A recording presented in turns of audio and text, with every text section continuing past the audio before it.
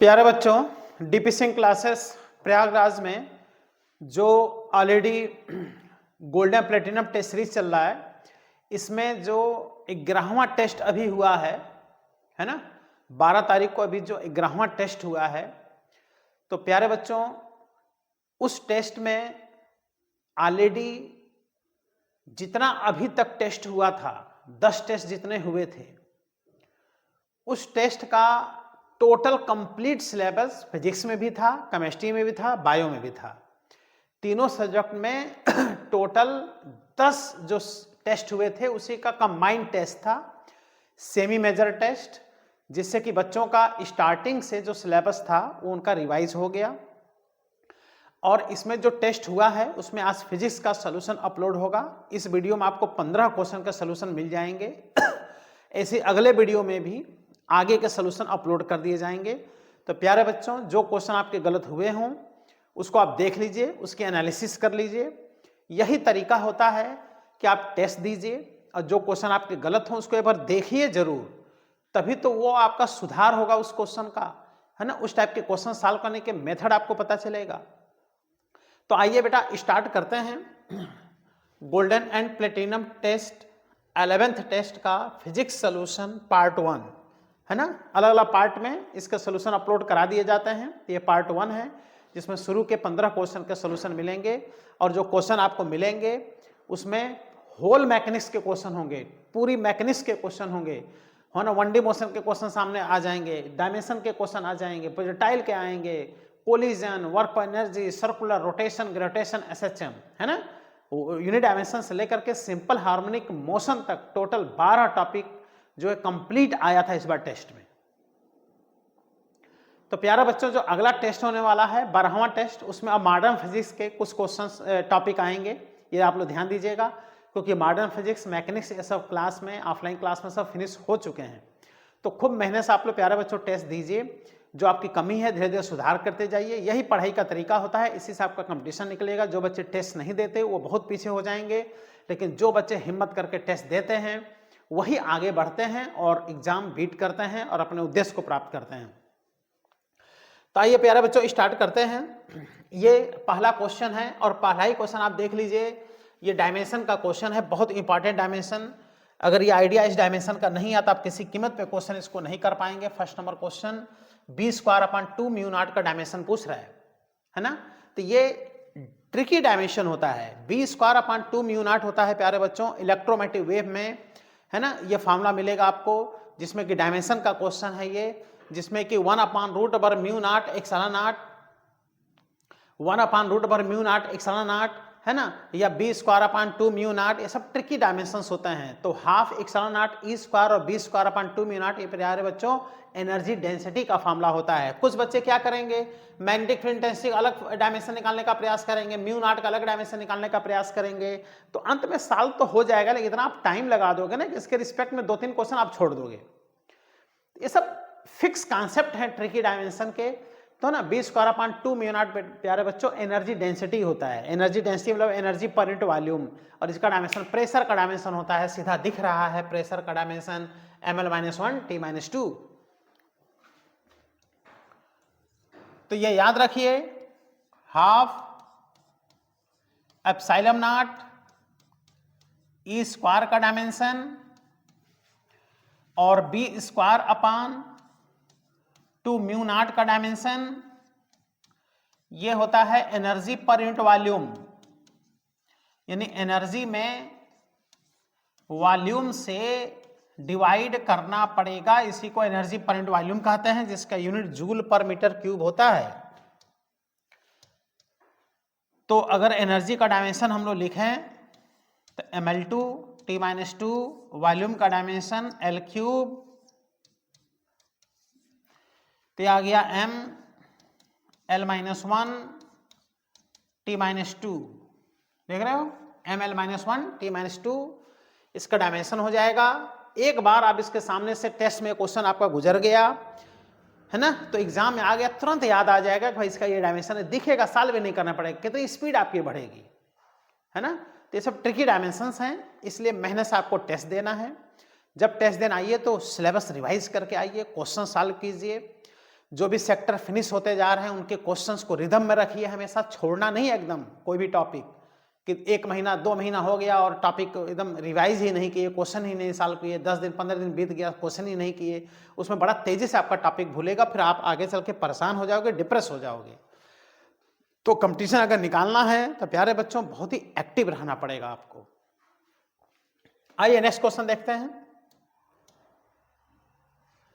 Assertion reason का ये question है, क्वेश्चन नंबर 2। असर्शन रीजन यह है प्यारे बच्चों, असर्शन यह है रीजन। कह रहा है कि 2 identical balls and be thrown same velocity u at 2 different angles with attain the same range r. If a and b reaches the maximum height h1 h2 respectively, then range is equal to 4 root over h1। देखो जब projectile motion पढ़ाया गया था तो उस समय 15-20 special case बताए गए थे, जिसमें बताया गया था कि अगर दो बॉडी को इस तरह से प्रोजेक्ट किया जाए कि दोनों का रेंज क्या हो, सेम हो, लेकिन इसके लिए दोनों की स्पीड सेम होनी चाहिए और प्रोजेक्शन एंगल का थीटा होना चाहिए तो दूसरे का 90 माइनस थीटा होना चाहिए, है ना। तो कॉम्प्लीमेंट्री एंगल पर क्या होता है ना कि रेंज सेम हो जाता है। तो इसका हम एक ट्रिक लिखवाए थे कि रेंज का वैल्यू होता है, अगर हाइट h1 h2 दिया है 4 रूट ओवर h1 h2। तो देखो ये ट्रिक याद है तो सॉल्व भी नहीं करना है, आंसर दिख रहा है कि h1 h2 अगर हाइट है और रेंज सेम है, सेम स्पीड से प्रोजेक्ट किया गया है, तो एक को थीटा से फेंकना पड़ेगा, एक को 90 माइनस थीटा से फेंकना पड़ेगा। ऐसे में उनका जो रेंज होगा 4 रूट ओवर h1 h2, तो डायरेक्ट फॉर्मूला है, नहीं असर्शन इसका क्या है, सही है। अब रीजन क्या है कि जब इसको आप डेरिवेशन करोगे बेटा r equal to 4 root over h1 h2 का, तो पहले h1 निकाला जाता है, फिर h2 निकाला जाता है, फिर दोनों का मल्टीप्लाई किया जाता है प्यारे बच्चों। तो दोनों का जब मल्टीप्लाई आप करते हो तो ये कहानी देखो इसमें बनता है, x एक्सिस y एक्सिस है, और जब बॉडी को आप प्रोजेक्ट कर रहे हो तो दोनों को अलग अलग आप एंगल पे प्रोजेक्ट कर रहे हो, लेकिन इस तरह से प्रोजेक्ट कर रहे हो कि दोनों का रेंज क्या है, सेम है। इसके लिए करना क्या पड़ेगा, एक को u से प्रोजेक्ट करना पड़ेगा, दूसरे को भी u से प्रोजेक्ट करना पड़ेगा, लेकिन एक को आपको थीटा पे प्रोजेक्ट करना पड़ेगा तो दूसरे को 90 माइनस थीटा पे प्रोजेक्ट करना पड़ेगा। तो ऐसे में कह रहा है कि जो h1 h2 है, देखो एक की हाइट h1 होगी, दूसरे की हाइट h2 होगी। जैसे हम इसकी हाइट कह ले रहे हैं, एक की हाइट h1 कह ले रहे हैं और दूसरे की हाइट प्यारे बच्चों h2 कह ले रहे हैं, तो h1 और h2 का जो वैल्यू आप निकालोगे तो ये आ जाएगा u square sine square theta अपान 2g into u square sine square 90 minus theta. Sorry इधर देखिएगा नहीं, इधर अलग से देखते हैं दूसरे पेज पर।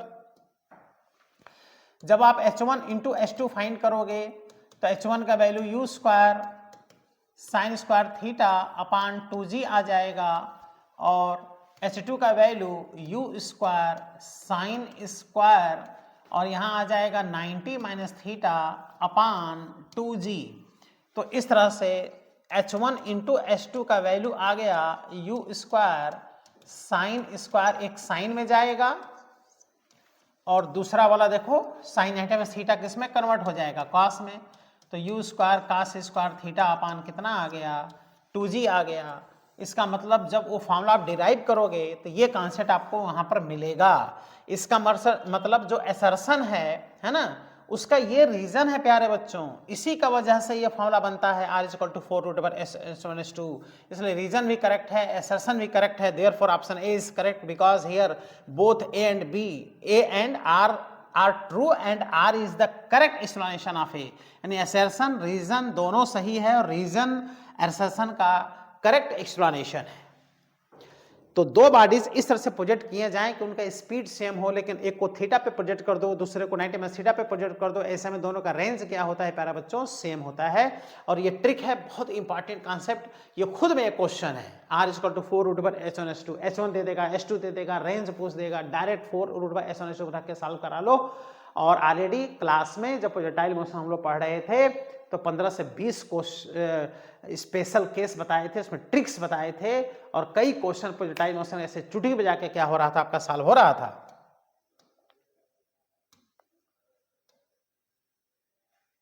क्वेश्चन नंबर 3, ये भी प्रोजेक्टाइल मोशन का ही क्वेश्चन है ना। आओ इसको भी देखते हैं, इसका भी सोल्यूशन देखते हैं कि इसका क्या सोल्यूशन होगा। जिसमें कह रहा है कि projectile is launched at angle alpha with the horizontal with velocity 20 metre per second after 10 second its inclination with horizontal becomes beta, the value of tan beta. आओ नेक्स्ट पेज पे करते हैं।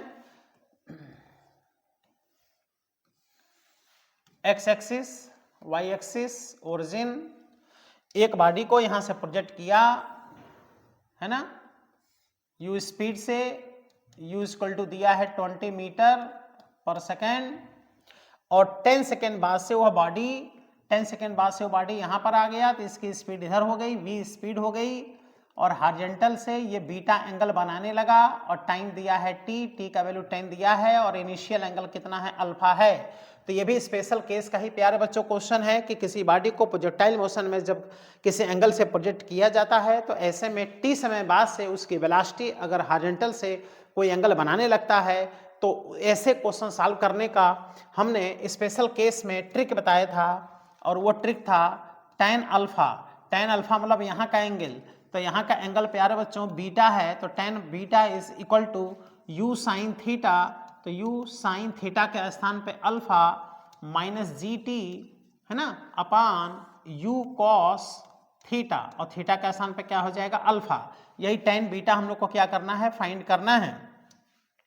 तो यहाँ से अगर हम लोग वैल्यू रख दें, u का वैल्यू 20, साइन अल्फा को साइन अल्फा रहने दें, माइनस जी का वैल्यू 10, t का वैल्यू 10 सेकेंड दिया है, अपान ये हो जाएगा 20 कॉस अल्फा। अब आओ इसको सॉल्व कर लें, इसको इसमें डिवाइड कर दें, तो जब डिवाइड करेंगे तो 20 से 20 कट जाएगा, और साइन अल्फा अपान कॉस अल्फा ये आ जाएगा tan अल्फा, माइनस ये आ जाएगा 100 अपान 20, और ये आ जाएगा कॉस अल्फा, है ना। आओ नेक्स्ट पेज पे इसको देखते हैं। तो यहाँ से आ गया tan बीटा, है ना, tan beta is equal to, फिर नेक्स्ट पेज पे चलते हैं, पिछले पेज पे, यहाँ से 20 कट गया, ये डिवाइड हो गया तो tan अल्फा आ गया, तो यहाँ हमने लिख दिया प्यारे बच्चों tan अल्फा माइनस 20 से 100 कैंसिल आउट हो जाएगा, 20 से 100 कैंसिल होगा तो 5 हो जाएगा, और 1 upon cos alpha is sec alpha, तो हम लोग लिख देंगे क्या, 5 सेक अल्फा। तो इस तरह से tan बीटा का वैल्यू फाइंड करना था, तो tan बीटा का वैल्यू आ जाएगा tan alpha minus 5 sec alpha, tan alpha minus 5 sec alpha. देखते हैं कोई आंसर मिला, देख लो, tan alpha minus 5 sec alpha, already B option यहाँ पे दिख रहा है, tan alpha minus 5 sec alpha. तो ये फॉर्मूला आपको आइडिया रहना चाहिए कि t समय के बाद से अगर बॉडी का वेलोसिटी अगर हॉरिजॉन्टल से कोई एंगल बना रहा है तो वह एंगल हम कैसे फाइंड करते हैं। तो tan alpha is equal to u sine theta minus gt upon u cos theta से सॉल्व होता है। Theta is initial projection angle, here initial position angle is alpha. Initial angle कितना है, अल्फा है, ये ध्यान देना है। तो ये भी प्रोजेक्टाइल मोशन का ही क्वेश्चन था। अब हम लोग आ गए क्वेश्चन नंबर 4 पे। यह है क्वेश्चन नंबर 4। अब फोर्स F, इतना देखो फोर्स एक बॉडी पर अप्लाई किया, ये फोर्स देख रहे हो x और y दोनों एक्सिस में है, मतलब बॉडी का अगर मास दिया है यहाँ पर कितने kg, 5 kg, इसका मतलब x डायरेक्शन में भी बॉडी का एक्सेलरेशन है, y डायरेक्शन में भी बॉडी का एक्सेलरेशन है। 10 सेकंड के बाद से बॉडी रेस्ट से चलना प्रारंभ किया है, तो 10 सेकंड बाद से बॉडी का पोजीशन वेक्टर बताना है। तो देख लो 10 सेकंड बाद से x डायरेक्शन में कितना चला, y डायरेक्शन में कितना चला, है ना। जब x y का वैल्यू पता चल जाए तो वेक्टर फॉर्म में हम वैल्यू लिख ही लेंगे। तो यहाँ पर चूंकि फोर्स का जो वैल्यू दिया है ये वेक्टर फॉर्म में दिया है, और कितना दिया है और देखते हैं।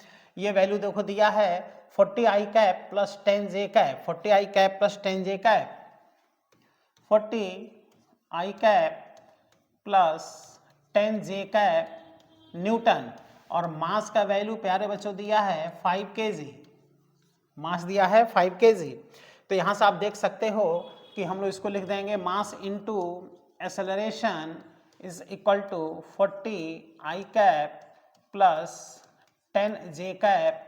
अब मास का वैल्यू आप 5 अगर रख दो तो यहाँ से एक्सेलरेशन आ गया, है ना, यहाँ 5 रख दो तो 5 से डिवाइड हो गया, तो आ गया 8i cap plus 2j cap. अरे मास का वैल्यू 5 है, 5 इधर आया तो 8 हो गया, यहाँ 2 हो गया।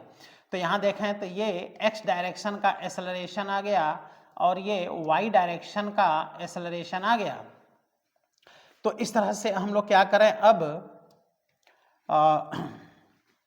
एक बार x डायरेक्शन में हम लोग निकालने वैल्यू कितना चला, तो x is equal to u t, u का वैल्यू 0 है, रेस्ट से चलना प्रारंभ किया, प्लस हाफ ए के स्थान पे ax इंटू टी स्क्वायर।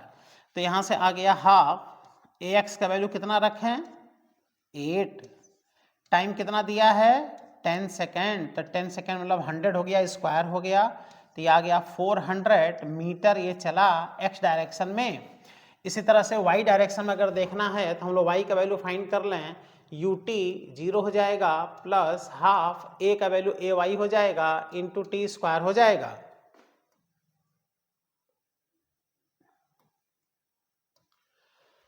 तो इस तरह से प्यारे बच्चों आ गया हाफ, और ए वाई का वैल्यू हम यहाँ से क्या रख दें 2, और टी का वैल्यू 10 का स्क्वायर 100, तो ये आ गया 100 मीटर वाई डायरेक्शन में चला, 100 मीटर चला वाई डायरेक्शन में, और 400 मीटर चला एक्स डायरेक्शन में। तो इसको वेक्टर फॉर्म में अगर लिख लें, पोजीशन वेक्टर है ना, तो उसका क्या पोजीशन वेक्टर बना, एस लिख लो, पोजीशन वेक्टर को आर लिख लो, तो एक्स चला तो एक्स आई कैप, वाई डायरेक्शन में वाई चला तो वाई जे कैप, और x का वैल्यू आया 400, तो ये आ गया प्यारे बच्चों 400 आई कैप, और y का वैल्यू कितना आया है 100 आया है क्या, 100 आया, ये 400 या 100 आया है, तो ये आ गया 100 जे कैप, ये आ गया इसका पोजीशन वेक्टर 10 सेकंड के बाद से। तो हमने कुछ नहीं किया, काइनेटिक इक्वेशन के हेल्प से 10 सेकंड में x डायरेक्शन का डिस्टेंस निकाल लिया, y डायरेक्शन का डिस्टेंस निकाल लिया, दोनों को वेक्टर फॉर्म में लिख दिया, पोजीशन वेक्टर आ गया। कोई आंसर मिला कि नहीं, आओ देखते हैं। 400 आई कैप प्लस 100 जे कैप, ये आंसर है इसका, बी ऑप्शन। ये इसमें 400 दिया, इसमें 100 दिया, इसमें 400 दिया है। ओके,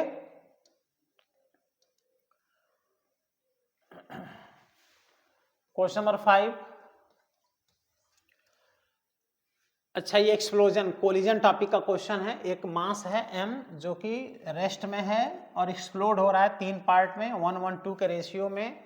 स्मॉलर जो पीसेस हैं, दो इक्वल स्मॉलर फेस है ना, देख रहे हो 1:1, मतलब 2 मास जो इक्वल हैं वो परपेंडिकुलर डायरेक्शन में फ्लाई हो जा रहे हैं, उड़ जा रहे हैं, ऐसे चले जा रहे हैं 30 मीटर पर सेकंड से 40 मीटर पर सेकंड से। तो थर्ड पार्ट का स्पीड बताना है, बहुत इंपॉर्टेंट क्वेश्चन ये सब होता है ना। एक बॉडी किस में है, रेस्ट में है, m मास का बॉडी रेस्ट में है, इसका एक्सप्लोजन हुआ। जब एक्सप्लोजन हुआ तो एक पार्ट इधर गया, दूसरा पार्ट इधर गया, क्योंकि स्पष्ट कह रहा है कि दोनों 90 डिग्री पे गए। और किस रेशियो में एक्सप्लोड हुआ प्यारे बच्चों, 1:1 और 2 के रेशियो में एक्सप्लोड हुआ, यानी 2 मास इक्वल हैं। इसका मास m मान लो और स्पीड दिया है 30 मीटर पर सेकेंड, दूसरे का मास भी m मानो क्योंकि 1:1 का और 2 का रेशियो है, तो इसको भी m मान लो। और इसका स्पीड दिया है 40 मीटर पर सेकेंड। तो आप ये देख रहे हो कि ये दोनों परपेंडिकुलर चले गए, तो इनका ये क्या बनेगा, वेक्टर के हेल्प से रिजल्टेंट बनेगा, ये बनेगा इसका रिजल्टेंट। नेट मोमेंटम इनका बनेगा एक्सप्लोजन के बाद इन दोनों का। शुरू में ये बॉडी किस में था, रेस्ट में था। जब रेस्ट में था तो एक्सप्लोजन के बाद भी टोटल मोमेंटम 0 होना चाहिए। एक्सप्लोजन के बाद ये दोनों मिल करके नेट मोमेंटम इधर बना रहे हैं, तो उसी को कैंसिल करने के लिए जो तीसरा पार्ट होगा प्यारे बच्चों, इसके जस्ट किधर जाएगा, अपोजिट जाएगा। क्यों इधर जाएगा तुम खुद सोचो, क्योंकि इसके मोमेंटम को कैंसिल करने के लिए, क्योंकि फाइनल मोमेंटम 0 होना चाहिए। क्यों 0 होना चाहिए, क्योंकि शुरू में ये किसमें था, रेस्ट में। ये बॉडी किसमें था, रेस्ट में। अच्छा, इसका मास सोचो कितना होगा, 2m होगा, क्योंकि इसको तुमने m माना तो इसको 2m मानना ही पड़ेगा, क्योंकि मास का रेशियो 1:2 है। इसी का स्पीड हम लोग को फाइंड करना है, ये v फाइंड करना है, हम लोग को कुछ नहीं करना है। इन दोनों का मोमेंटम का रिजल्टेंट इसके बराबर कर देना है। तो इसका मोमेंटम आएगा प्यारा बच्चों 2mv इज इक्वल टू, ये 90 डिग्री पर है तो ये हो जाएगा 30m का स्क्वायर और प्लस ये आ जाएगा मास इंटू वेलोसिटी 40m का होल स्क्वायर। बस इसी को सॉल्व कर लेना है, तो ये आ जाएगा 2mv, m स्क्वायर बाहर आकर के m हो जाएगा और रूट ओवर यहाँ बचेगा 30 का स्क्वायर प्लस 40 का स्क्वायर। मास से मास यहाँ पे कट जाएगा और यहाँ से 2v इक्वल टू इसको सॉल्व कर लो 50 आ जाएगा। तो तीसरे पार्ट का स्पीड 2 से डिवाइड हो जाएगा, तो तीसरे पार्ट का स्पीड आ जाएगा 25 मीटर पर सेकेंड।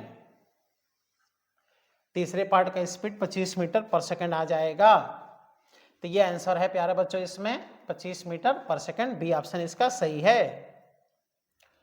तो ये कोलिजन टॉपिक में जो एक्सप्लोजन का कॉन्सेप्ट है, law of conservation of linear momentum, उससे रिलेटेड क्वेश्चन था। अब ये छठा क्वेश्चन भी कंजर्वेशन ऑफ लीनियर मोमेंटम का ही क्वेश्चन है, 6 number question.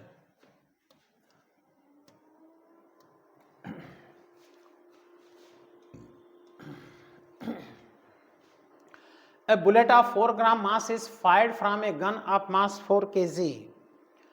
If the bullet moves with speed 50 metre per second, bullet जो गन से निकल रहा है 50 मीटर पर सेकेंड से निकल रहा है, तो जो गन है उस पर कितना इम्पल्स इम्पर्ट हो रहा है, देख रहे हो इम्पल्स पूछ रहा है और रिक्वायर्ड वेलोसिटी ऑफ गन पूछ रहा है। तो law of conservation of linear momentum से प्यारे बच्चों सॉल्व होता है। बुलेट का मास 4 ग्राम दिया है और गन का मास 4 kg दिया है। जो बुलेट निकल रहा है 50 मीटर पर सेकेंड से निकल रहा है। एकदम सिंपल क्वेश्चन ये सब होते हैं। जैसे ये गन है,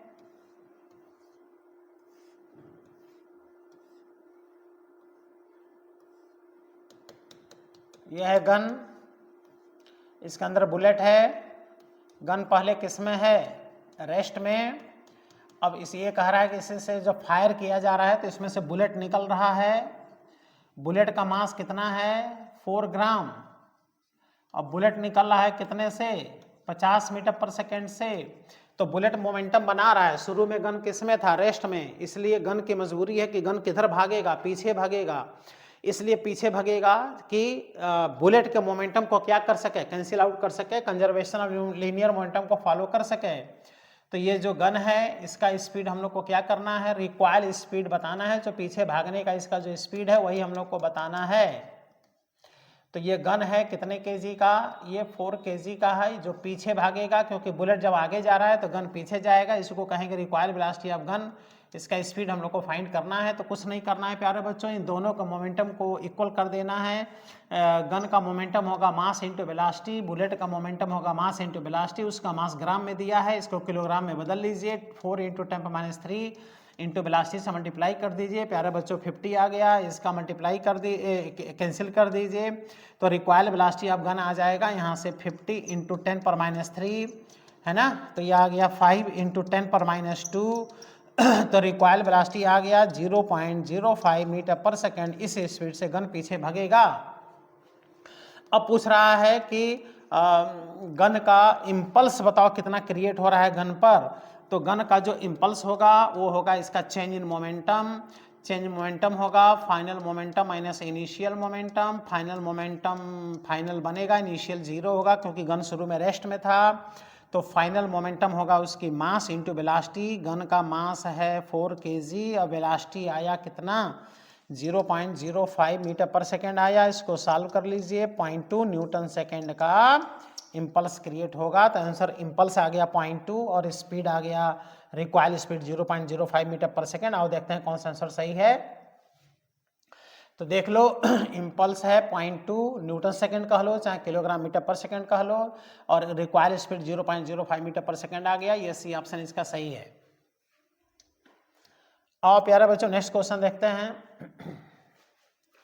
question number 7, a body of mass 2 kg slide down on acceleration 3 metre per second square से स्लाइड हो रहा है रफ इंक्लाइन प्लेन पर हैविंग स्लोप 30 डिग्री, है ना। डाउनवर्ड एक्सेलरेशन दिया और ध्यान दो रफ सरफेस है प्यारे बच्चों, रफ है ना। The external force required to take the same body up the plane with the same acceleration. कितना एक्सटर्नल फोर्स लगाया जाए कि वह बॉडी उसी इंक्लाइन प्लेन पर ऊपर जाने लगे उतने ही एक्सेलरेशन से जितने एक्सेलरेशन से नीचे आ रहा था। तो एक तो डायरेक्ट हमने याद कराया था क्लास में कि रफ इंक्लाइन प्लेन पे कोई बॉडी नीचे आता है तो उसका जो एक्सेलरेशन होता है g sin theta minus mu g cos theta होता है। और वही बॉडी जब ऊपर ले जाया जाता है इंक्लाइन प्लेन पर, रफ इंक्लाइन प्लेन पे, तो उसका acceleration g sin theta plus mu g cos theta होता है। इसी कॉन्सेप्ट को फॉलो करके इसको सॉल्व करना है। आओ देखते हैं। एंगल 30 डिग्री है ना। 2 kg इसका मास है और कुछ दिया है, g का वैल्यू 10 दिया है और एक्सेलरेशन नीचे आने का 3 मीटर पर सेकेंड स्क्वायर दिया है। ये इंक्लाइन प्लेन है, इंक्लाइन प्लेन, इसका एंगल दिया है 30 डिग्री,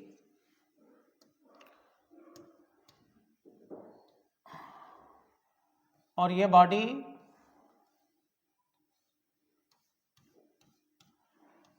रेस से चलना प्रारंभ किया, रफ सरफेस है,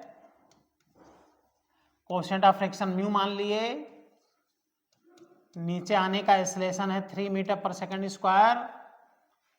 क्वेश्चन में म्यू नहीं दिया है, बोलो, तो वही म्यू फाइंड करना पड़ेगा हम लोगों को। म्यू फाइंड करने के क्या करें डाउनवर्ड एक्सेलरेशन निकाल लें। डाउनवर्ड एक्सेलरेशन होता है जी sign theta minus mu g cos theta. ए का वैल्यू दिया है 3, जी का वैल्यू 10, साइन थीटा का सान लिख दो 30 माइनस म्यू, जी का value 10, cos 30, 3 is equal to 10 upon 2, sine 30 is 1/2, mu into 10, cos 30 का वैल्यू √3/2।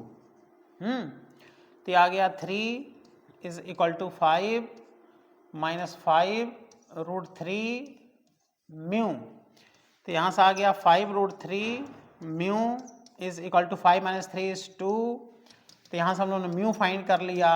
अब म्यू का वैल्यू आ गया 5 √3, सॉरी म्यू का वैल्यू आ गया 2/5 √3।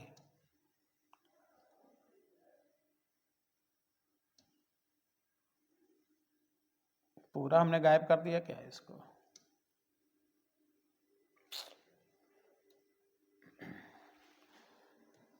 चलो कोई बात नहीं, इसमें अगर फिर से देख लें तो म्यू का वैल्यू आ गया था 2/5 √3, ये आ गया म्यू का वैल्यू, है ना।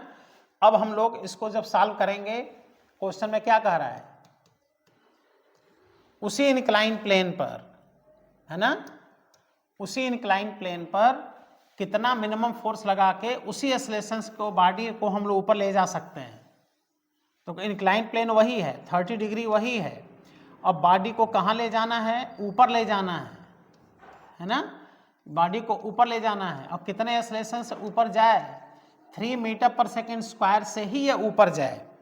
इसके लिए कितना फोर्स लगा के इसको ऊपर ले जाना पड़ेगा। तो इधर से आप दिखा दो फोर्स F, है ना। जब F फोर्स दिखाओगे तो जब ये बॉडी ऊपर जाएगा तो नीचे क्या काम करेगा भाई, एक तो फ्रिक्शन काम करेगा नीचे, और एक तो इसका इधर कंपोनेंट काम करेगा वेट का, और वेट का कंपोनेंट हो जाएगा इधर mg साइन 30। बोलो, तो ये हो गया ड्राइविंग फोर्स और ये दोनों हो गया अपोजिंग फोर्स। यहाँ से इक्वेशन बना लो, F में से mg साइन 30 माइनस कर लो, और इसी में से फ्रिक्शन माइनस कर लो, equal to mass into acceleration लिख दो। क्योंकि जब बॉडी को ऊपर ले जा रहे हो तो mg साइन 30 और फ्रिक्शन दोनों नीचे लग रहे हैं। यही F हम लोग को फाइंड करना है। तो F is equal to mg और साइन 30 का वैल्यू यहाँ पे लिख दो 1/2 माइनस ये उधर जाके हो जाएगा प्लस फ्रिक्शन और प्लस हो जाएगा मास इंटू एक्सेलरेशन। तो यहाँ से F इज इक्वल टू, यहाँ से आ गया mg/2 प्लस फ्रिक्शन, फ्रिक्शन का वैल्यू होगा mu into normal reaction plus m into a. यहाँ से आ गया प्यारे बच्चों F is equal to mg/2, mu का वैल्यू हम रख लेंगे, और नॉर्मल रिएक्शन होता है mg cos 30, ये नॉर्मल रिएक्शन हो जाएगा, और प्लस m इंटू ए। इसी को हम लोग को अब सॉल्व कर लेना है, और नेक्स्ट पेज पे इसको हम लोग सॉल्व करते हैं। तो जो फोर्स रिक्वायर्ड होगा, नेक्स्ट पेज खाली नहीं है, और यहीं से सॉल्व कर लेते हैं। और देखते हैं मास कितना दिया है क्वेश्चन में, है ना। मास का वैल्यू यहाँ पर तुम आप देख लो 2 kg दिया है मास का वैल्यू, है ना। तो मास हम लोग 2 kg रख लें यहाँ पर।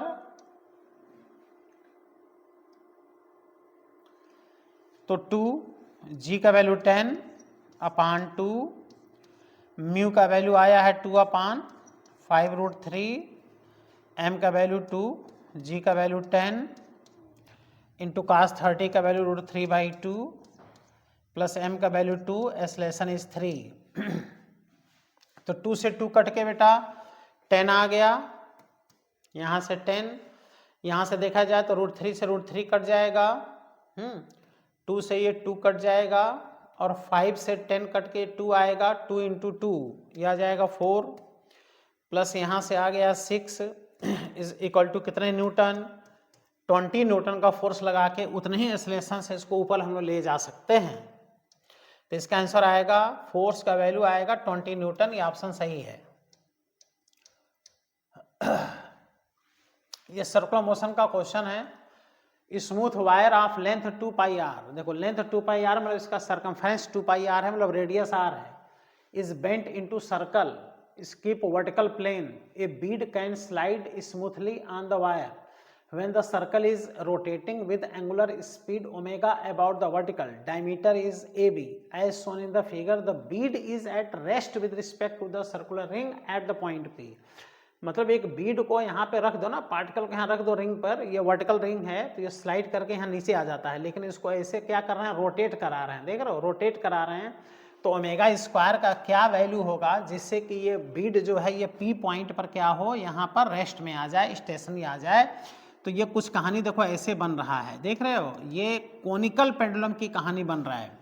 और कोनिकल पेंडुलम में होता क्या है बेटा, ओमेगा का वैल्यू कोनिकल पेंडुलम में होता है 2π, है ना। जैसे time period of simple pendulum होता है T बराबर 2π √L/g, तो इसका टाइम पीरियड होता है T बराबर 2π √L cos θ/g, है ना। तो ओमेगा का वैल्यू हो जाएगा G/L cos θ। तो यहाँ से ओमेगा स्क्वायर चाहिए तो रूट हट गया, G और L के स्थान पे हो जाएगा प्यारे बच्चों रेडियस, तो हो गया R, और बस cos θ का वैल्यू रख दो, क्वेश्चन सॉल्व हो जाना चाहिए, है ना। तो G/R, अब cos θ का जब वैल्यू रखोगे तो यही तो है थीटा, तो यहाँ से कुछ ऐसा ट्रायंगल बन रहा है, देखो ना, ये एंगल कितना है, थीटा है, ये R है, और ये वैल्यू R/2 दिया है, ये हो जाएगा R/2। तो यहाँ से आप साइन थीटा का वैल्यू निकालो, तो sine theta is equal to perpendicular upon hypotenuse is equal to आ गया प्यारे बच्चों 1/2, और ऐसा होता है साइन 30 डिग्री पर, तो एंगल आ गया कितने डिग्री, 30 डिग्री, वही आप यहाँ पर रख दो, तो ये हो जाएगा cos 30, है ना, cos 30 आ गया। G को G रहने दो और यहाँ से R रहने दो, और cos 30 का वैल्यू √3/2 रख दो, 2 ऊपर चला गया, 2G/R√3, इसका आंसर आ गया 2G/R√3, ये इसका बी ऑप्शन देखो सही है। तो एक होता है बेटे प्यारे बच्चों सिंपल पेंडुलम, सिंपल पेंडुलम का टाइम पीरियड होता है T बराबर 2π √L/g, कोनिकल पेंडुलम का टाइम पीरियड होता है T बराबर 2π √L cos θ/g, है ना। इस कॉन्सेप्ट को अगर डायरेक्ट याद रखो तो ऐसे क्वेश्चन बड़ा आसानी से सॉल्व हो जाते हैं, और नहीं तो अगर नहीं याद है तो ये पूरा फॉर्मूला आपको कंपोनेंट लेके डिराइव करना पड़ जाएगा, फिर बड़ा लेंथी क्वेश्चन बन जाएगा, एनसीईआरटी का क्वेश्चन है ये।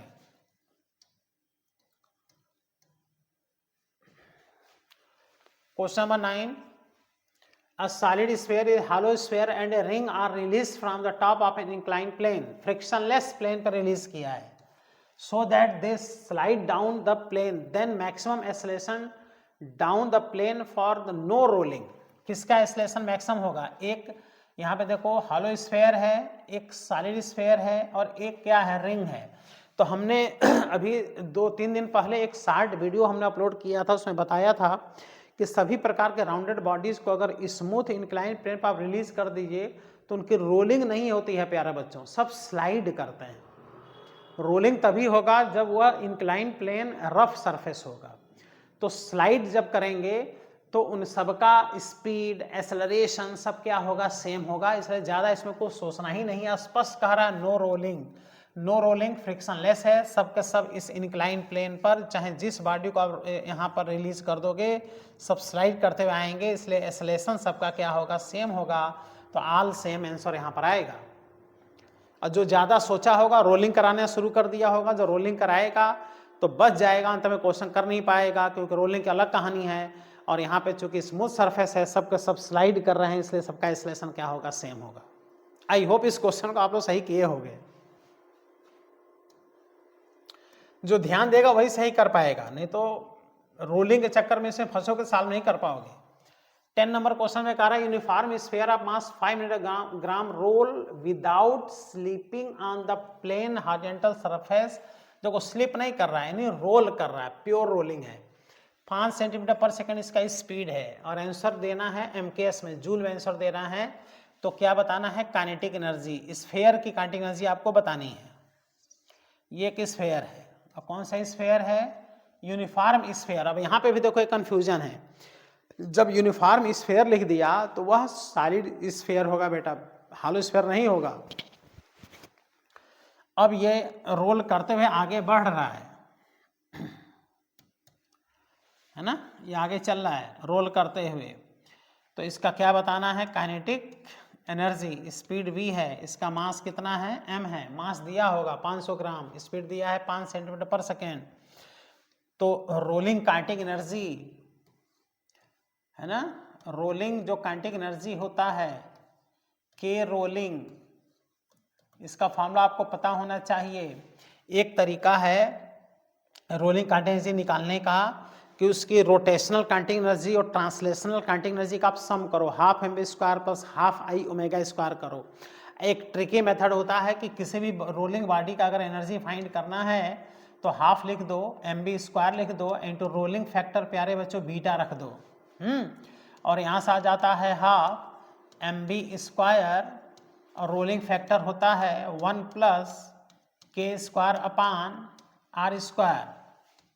यह आ गया हाफ एम बी स्क्वायर और 1 plus K square upon R square होता है जो बॉडी रोल करेगा उसका फेस, उसका चेहरा होता है ना। तो सॉलिड स्फीयर का moment of inertia 2/5 mr square होता है, तो वो 2/5 ही उसका चेहरा है, वही उसका मुखौटा है। तो यहीं पर रख देना है 2/5 जो मोमेंट ऑफ इनर्शिया है। तो आ जाएगा 1/2 mb स्क्वायर 1 प्लस है ना 2/5 रख दो सॉलिड स्फीयर के लिए, तो 7/5 आ गया। तो इस तरह से जो रोलिंग काइनेटिक एनर्जी आ गया के रोलिंग है ना is equal to half M B square into 7/5। तो आ गया 7/10 एम बी स्क्वायर। तो आ गया 7/10। अब मास दिया है 500 ग्राम, 500 इंटू 10⁻³ लिख दो। और जो स्पीड दिया है, स्पीड कितना दिया है? स्पीड दिया है 5 सेंटीमीटर पर सेकेंड। तो 5 सेंटीमीटर पर सेकेंड को मीटर में बदल लो, तो 5 इंटू 10⁻² मीटर पर सेकेंड का क्या कर दो? स्क्वायर कर दो। एक जीरो से प्यारे बच्चों एक जीरो कट जाएगा, ये आ जाएगा 7 इंटू 5 इंटू एक जीरो इसमें लेकर एडजस्ट कर दो, 10⁻² हो गया। और यहाँ से 25 इंटू 10⁻⁻4 हो गया। अब बेटा इसका आप 7 इंटू 5 35 लिख दो, इंटू 25 लिख दो, इंटू 10⁻6 लिख दो। इसको मल्टीप्लाई कर लो तो 875 आ जाएगा, इंटू 10⁻6 आ जाएगा। तो 8.75 इंटू 10⁻4 जूल इसकी काइनेटिक एनर्जी आ जाएगी। 8.75 इंटू 10⁻4 जूल, ये आंसर है, देख लो। तो किसी भी बॉडी की रोलिंग काइनेटिक एनर्जी निकालने का फॉर्मूला होता है ना, half M B square into rolling factor beta. अब कुछ लोग कहेंगे हम तो ऐसे सॉल्व करते हैं, उसकी काइनेटिक एनर्जी और रोटेशनल काइनेटिक एनर्जी का सम कर लेते हैं, हाफ एम बी स्क्वायर और हाफ आई ओमेगा स्क्वायर का सम कर लेते हैं। ये भी एक मेथड है सॉल्व करने का, कोई दिक्कत नहीं है, नो एनी प्रॉब्लम। हाँ, लेकिन ट्रिकी मेथड से करना है तो थोड़ा स्पीड में सॉल्व हो जाएगा। और वो फॉर्मूला होता है half M B square into beta. Beta is rolling factor, rolling factor का फॉर्मूला होता है 1 plus K square upon R square. Here K square upon R square is the face of that body, मुखौटा of that body. अब मुखौटा face क्या होता है? उस बॉडी के मोमेंट ऑफ इनर्शिया का कोफिशिएंट। जैसे डिस्क का K square upon R square का वैल्यू होता है बेटा हाफ, है ना, क्योंकि हाफ एम आर स्क्वायर इसकी मोमेंट इनर्शिया है। रिंग का होता है एम आर स्क्वायर, तो 1 उसका के स्क्वायर अपन आर स्क्वायर हो गया। तो किसी भी बॉडी का रोलिंग फैक्टर चाहिए तो उसकी मोमेंट ऑफ इनर्शिया के कोफिशिएंट में 1 ऐड कर दो तो रोलिंग फैक्टर बीटा आ जाता है और आराम से रोलिंग एनर्जी आ जाता है।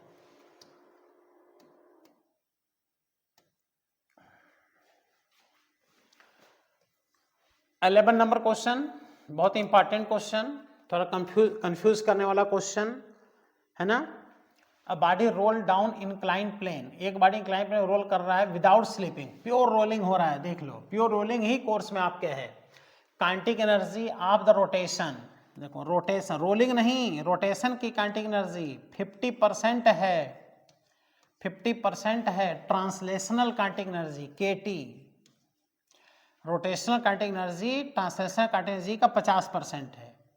तो यहाँ से रोटेशनल काइनेटिक एनर्जी और ट्रांसलेशनल को इधर लेते आओ तो KT हो जाएगा, और 50% का मतलब 50 अपान हो जाएगा 100, और 50 अपान 100 का मतलब हो गया 1/2। और ये भी आइडिया होना चाहिए कि जो रोटेशनल काइनेटिक एनर्जी अपान, सॉरी ये ट्रांसलेशनल है, KT है, T है।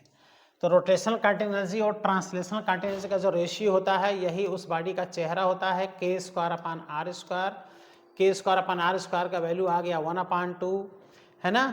तो अब पूछ रहा है कि बताओ इसकी मोमेंट ऑफ इनर्शिया बताओ, तो मोमेंट ऑफ इनर्शिया होता है mk²।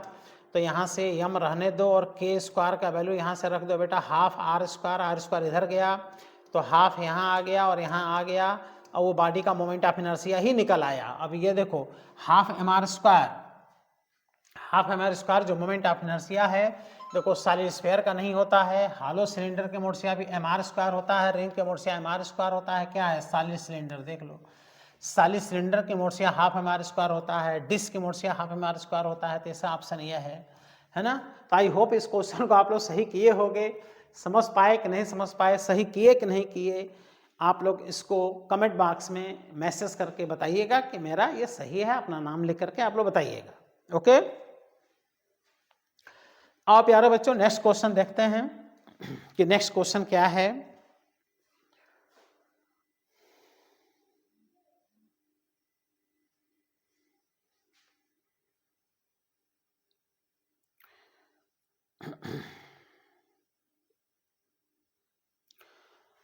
तो नेक्स्ट क्वेश्चन पे आते हैं।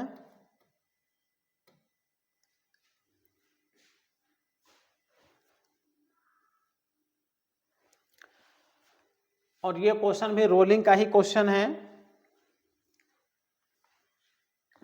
इंक्लाइन प्लेन पे एक बॉडी रोल कर रहा है। 12 नंबर क्वेश्चन, सॉलिड डिस्क है ना, ये है डिस्क। अच्छा, डिस्क का अगर रोलिंग फैक्टर बीटा चाहिए तो 1 + k² अपान R²। अब डिस्क की मोमेंट ऑफ इनर्शिया सोचो हाफ mr², तो k² अपान R² के साथ वही हाफ रख दो, तो इसका देखो डिस्क का रोलिंग फैक्टर 3/2 आ गया। अब बॉडी रोल कर रहा है तो बिना रोलिंग फैक्टर के क्वेश्चन सॉल्व नहीं होगा। अब ये नीचे रोल करते हुए आ रहा है तो इसका एक्सेलरेशन बताना है। देख रहे हो एक्सेलरेशन बताना क्या है, एक्सेलरेशन दिया है वही b का वैल्यू बताना है। तो एक्सेलरेशन का फॉर्मूला आप लोग सब लोग जानते हो, है ना। इंक्लाइन प्लेन पे acceleration g sin theta upon rolling factor beta. तो आ गया प्यारे बच्चों g sin थीटा। अब बीटा का वैल्यू कितना आया है अभी 3/2, 2 चला गया न्यूमरेटर में, 2/3 g sin थीटा। अब इससे आप लोग क्या करो 2/b g sin थीटा से इसका कंपैरिजन कर लो, जैसा कि एक्सेलरेशन ये दिए हुए हैं। तो 2g sin थीटा यहाँ भी है यहाँ भी है। अब b का वैल्यू क्या दिखाई दे रहा है, देखो 3 दिखाई दे रहा है। तो जो हमने ये ट्रिक बता दिया उस ट्रिक को अगर फॉलो आप करो तो आप देखोगे कि बड़ा आसानी से आपका क्वेश्चन क्या हो रहा है, सॉल्व हो रहा है। तो b = कितना आ गया, देखो 3 आ गया, है ना। तो बीटा वाली कहानी बड़ा इंपॉर्टेंट है। तो डाउनवर्ड जो एक्सेलरेशन होता है इंक्लाइन प्लेन पर रोलिंग के समय वो g sin theta upon beta rolling factor होता है। 13 number question, planet A has mass m। अच्छा देखो ये ग्रेविटेशन का क्वेश्चन है, radius r, planet B has half the mass and half the radius. Okay, और इसके वेलोसिटी A पर जो है VA है, B पर VB है। तो VA और VB का रेशियो n/4 दिए हैं, तो n का वैल्यू पूछ रहे हैं। दो प्लेनेट हैं A और B, ये दो प्लेनेट हैं। इसका मास अगर m है तो इसका मास कह रहा है कि आधा है। इसका रेडियस अगर r है तो इसका रेडियस भी उसका आधा है ना। तो यहाँ पे escape velocity VA है, यहाँ पे escape velocity VB है, तो escape velocity का फॉर्मूला सबको पता है, √2gm/r, ये होता है escape velocity। तो अब यहां से सॉल्व कर लो। ए पर escape velocity अपान बी पर escape velocity √2gm/r अपान √2g, यहाँ मास का स्थान पे आधा मास रख दो, रेडियस का स्थान पे आधा रख दो, ये मिला के क्या 1 नहीं आ गया? तो इस तरह से VA upon VB equal to 1 आ गया, और VA अपान VB का जो रेशियो क्वेश्चन में दिए हैं वो कितना दिए हैं वही रख दो। देखो n/4 दिए हैं, तो यहीं पे रख दो, VA अपान VB के स्थान पे n/4 रख दो, इक्वल टू 1 आ गया, तो n बराबर यहाँ पर 4 आ गया, है ना। तो इसके वेलोसिटी का इंपॉर्टेंट क्वेश्चन है, इसके वेलोसिटी तो क्वेश्चन आते ही हैं, हर साल आता है क्वेश्चन इसके वेलोसिटी से।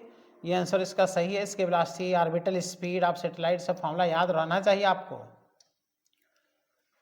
क्वेश्चन नंबर 14 में क्या कह रहा है? A satellite is moving with a constant speed v in circular orbit around the earth, an object of mass m is ejected from the satellite such that it just escapes from the gravitational pull of the earth at the time of ejection, the kinetic energy of the object. अब देखो कितना अच्छा concept.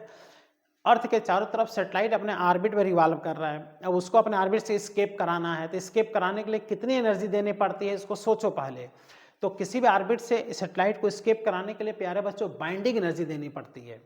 अब binding energy आपको पता है कि उस सैटेलाइट की काइनेटिक एनर्जी के ही बराबर होता है, यानी पहले से काइनेटिक एनर्जी k है, अब बाइंडिंग एनर्जी दे दो, बाइंडिंग एनर्जी मतलब k और दे दो, तो काइनेटिक एनर्जी 2k हो गया, तो हाफ mv² का डबल, यानी 2 से 2 कट गया, mv² आंसर आ गया। देख लो, तो उसको कितनी एनर्जी उसकी कर दी जाएगी, k डैश कितनी कर दी जाए, तो पहले से k है, एस्केप कराने के लिए बाइंडिंग एनर्जी और दे दो, और प्यारे बच्चों बाइंडिंग एनर्जी काइनेटिक एनर्जी के ही बराबर होता है, यानी कुल मिलाकर के काइनेटिक एनर्जी k कर दो बराबर 2k कर दो, इज इक्वल टू 2, और k का वैल्यू क्या कर दो, हाफ mv² कर दो, तो 2 से 2 कट गया, आंसर कितना आ गया, mv²। Question 15, the minimum and maximum distance of a planet, एवी ग्रेविटेशन का क्वेश्चन है, केपलर लॉ का question, revolving around the sun, minimum distance x1 है, मैक्सिमम डिस्टेंस x2 है, minimum speed of the planet v0 है, तो maximum speed पूछ रहा है। तो आप लोग केपलर फर्स्ट लॉ पे आ जाओ, यहाँ पर फर्स्ट सेकेंड लॉ की हेल्प से ये सॉल्व हो जाएगा, है ना। ये इलिप्स है और ये इस इलिप्स का मेजर एक्सिस है, प्लेनेट पहले यहाँ पर है और बाद में प्लेनेट यहाँ पर होगा, सन इसके फोकस पे सिचुएटेड है, यहाँ पर क्या है, सन है ना, सन है। प्लेनेट का मास यहाँ पर स्मॉल m है, यहाँ पर भी प्लेनेट का मास स्मॉल m है, ये इसका पहला पोजीशन है, ये इसका दूसरा पोजीशन है, ये इसका देखो मिनिमम डिस्टेंस है, ये डिस्टेंस है r1, यही इसका मिनिमम डिस्टेंस है प्यारे बच्चों, और ये इसका मैक्सिमम डिस्टेंस है। अच्छा, क्वेश्चन में मिनिमम मैक्सिमम क्या दिया है, देखो मिनिमम डिस्टेंस दिया है x1, मैक्सिमम डिस्टेंस दिया है x2, और मिनिमम स्पीड v0 दिया है, मैक्सिमम स्पीड पूछ रहे हैं। तो मिनिमम डिस्टेंस यही x1 दिया है, मैक्सिमम डिस्टेंस ये x2 दिया है, और मिनिमम स्पीड v0 दिया है। तो मिनिमम कहाँ पे स्पीड होता है, जब डिस्टेंस मैक्सिमम होगा तो स्पीड मिनिमम होगा। यहाँ का स्पीड v0 दिया है, तो मैक्सिमम स्पीड देखो जब डिस्टेंस कम होगा तो स्पीड ज़्यादा होगा। यहाँ का स्पीड क्या करना है, फाइंड करना है। तो केपलर लॉ में कितना अच्छा कॉन्सेप्ट है ग्रेविटेशन टॉपिक में, कि कोई भी प्लेनेट सन के चारों तरफ इलिप्टिकल पाथ में रिवॉल्व करता है और सन उस इलिप्स के एक फोकस पे सिचुएटेड होता है, और प्लेनेट का सन के चारों तरफ स्पीड क्या होती रहती है प्यारे बच्चों, चेंज होती रहती है। और यहाँ पे चलता है law of conservation of angular momentum. तो एंगुलर मोमेंटम कंजर्वेशन क्या कहता है कि यहाँ का speed v dash into r1 बराबर कर दो यहाँ का स्पीड v0 इंटू r2, तो यही v डैश इसके मैक्सिमम स्पीड होगी, R1 is x1, V0 is minimum speed, R2 is x2। तो क्या यहाँ से V डैश नहीं निकल आया? यहाँ से आ गया V dash is equal to V0 into x2 upon x1, V0 into x2 upon x1। बस ये ध्यान देना था कि मिनिमम मैक्सिमम में क्या दिया है और क्या पूछ रहा है, यही आपको ध्यान देना था। V0 x2 अपान x1 इसका आंसर होगा। V0 x2 अपान x1 ये ऑप्शन सही है। ठीक है, तो इस तरह से इस 11वें जो 11वां टेस्ट हुआ है ना, उसमें फिजिक्स में जो 45 क्वेश्चंस थे उसमें से हमने 15 क्वेश्चन आज सॉल्व करा दिया इस वीडियो में।